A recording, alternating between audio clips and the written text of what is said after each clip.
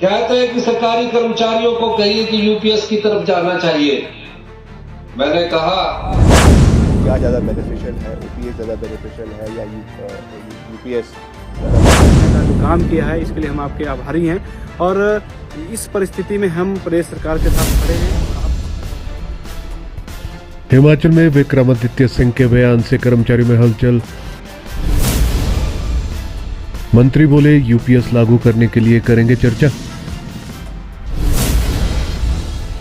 कर्मचारी बोले unified pension scheme मंजूर नहीं। सीएम सुक्खू यूपीएस को लागू करने से कर चुके हैं मना।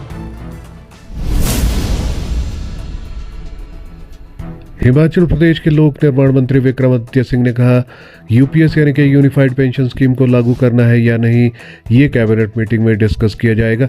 इसमें कर्मचारियों के नफा नुकसान को ध्यान रखा जाएगा। स्टेट पर फाइनेंशियल बर्डन जिससे कम हो उसमें ये सब देखा जाएगा।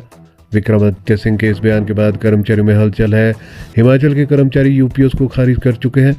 इस पे हम डिस्कस करेंगे क्योंकि हमने जब ओपीएस को लागू किया था उस समय तो यूपीएस नहीं था, ये बाद में लागू किया गया है और केंद्र सरकार द्वारा पिछले बजट में इसकी अनाउंसमेंट हुई है और उसके बाद इसको किया जा रहा है।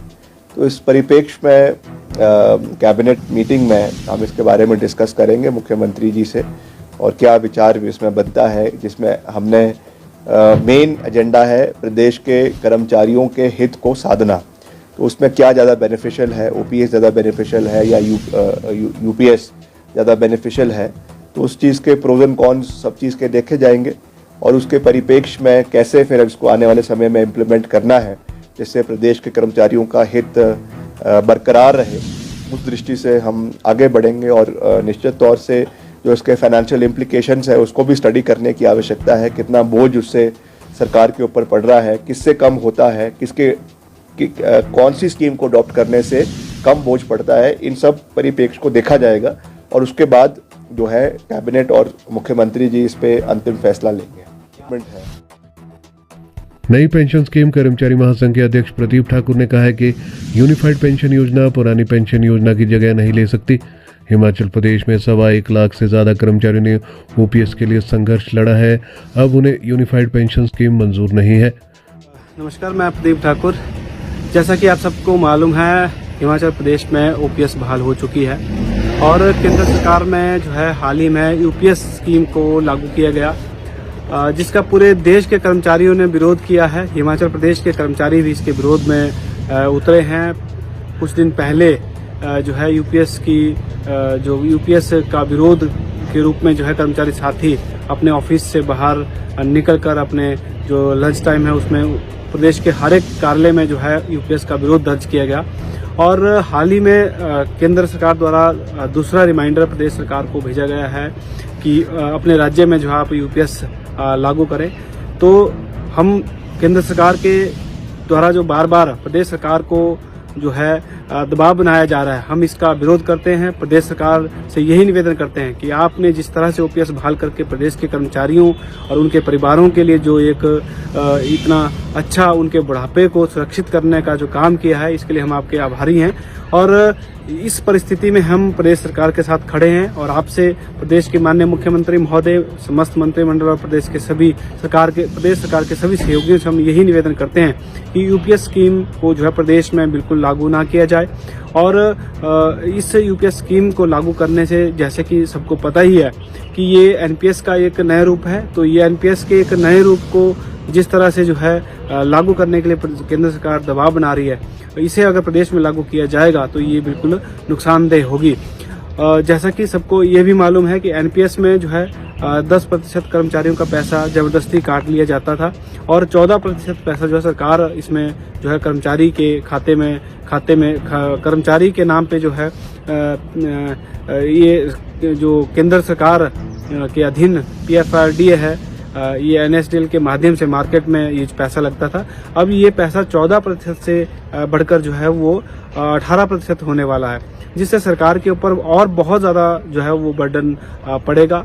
ये एक धारणा जो है ओपीएस के बारे में गलत बनाने की भी कुछ जो ओपीएस के विरोधी हैं वो इस तरह की कोशिश कर रहे हैं। तो मेरा उनसे भी यही निवेदन है कि अगर आप सचमुच प्रदेश हित में सोचते हैं, अगर आपको लगता है कि जो है आप प्रदेश के बारे में ये सोचते हैं कि प्रदेश आगे बढ़े, तो ये जो एनपीएस और यूपीएस पेंशन स्कीम है कर्मचारियों के लिए, ये बिल्कुल प्रदेश और देश के जो है देश और प्रदेश के जो है जो खजाना है वो उस खजाने को खाली करने वाली स्कीमें हैं। क्योंकि जो भी पैसा सरकार के द्वारा कर्मचारियों के नाम पर जो है केंद्र सरकार के अधीन भेजा जा रहा है, वो सारा पैसा जो है शेयर मार्केट में लग रहा है। प्राइवेट कंपनियां इससे मुनाफा कमा रही है और इससे जो है कर्मचारी और देश और प्रदेश को जो है बहुत ज़्यादा नुकसान हो रहा है, प्रदेश की आम जनता को नुकसान हो रहा है। इस पैसे को अगर बचाकर सरकार अपने पास रखती है तो मुझे लगता है कि इससे जो है सरकार आम जन और विकास के काम में जो है वो उसका सदुपयोग कर सकती है। धन्यवाद।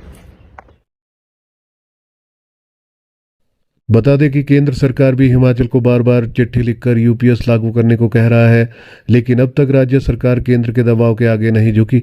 इसके विपरीत कांग्रेस सरकार ने एनपीएस की जगह ओपीएस को बहाल कर दिया है। इससे 2003 के बाद भर्ती जो भी कर्मचारी रिटायर हो रहे हैं उन्हें पुरानी पेंशन मिलना शुरू हो गई है।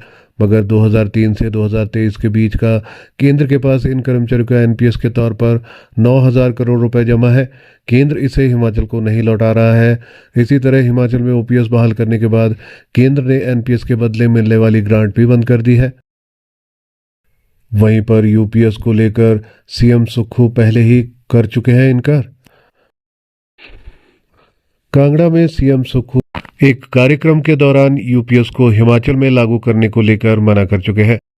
उन्होंने कहा है कि केंद्र सरकार बार बार हिमाचल पर ओपीएस की जगह यूपीएस को लागू करने का दबाव बना रहा है, लेकिन हिमाचल में जब तक कांग्रेस की सरकार है तब तक ओपीएस ही लागू रहेगी।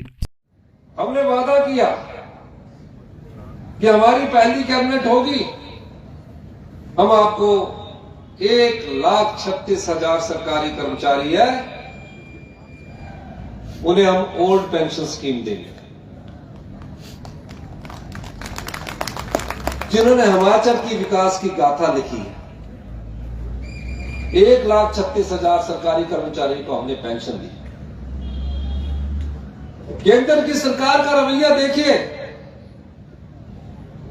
उन्होंने हमारा 1,600 करोड़ रुपया जो लोन की लिमिट थी उसको कम कर दिया और 9,000 करोड़ रुपया जो सरकारी कर्मचारियों का ईपीएफ के रूप में और सरकार का जो अंशदान ईपीएफ के रूप में केंद्र सरकार के पास एनपीएस के रूप में उनके पास पड़ा, उसको देने से भी वो मना कर रहे हैं।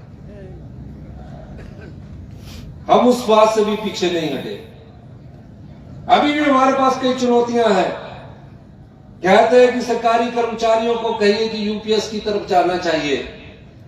मैंने कहा हम खुद भी कर्मचारी के बेटे हैं।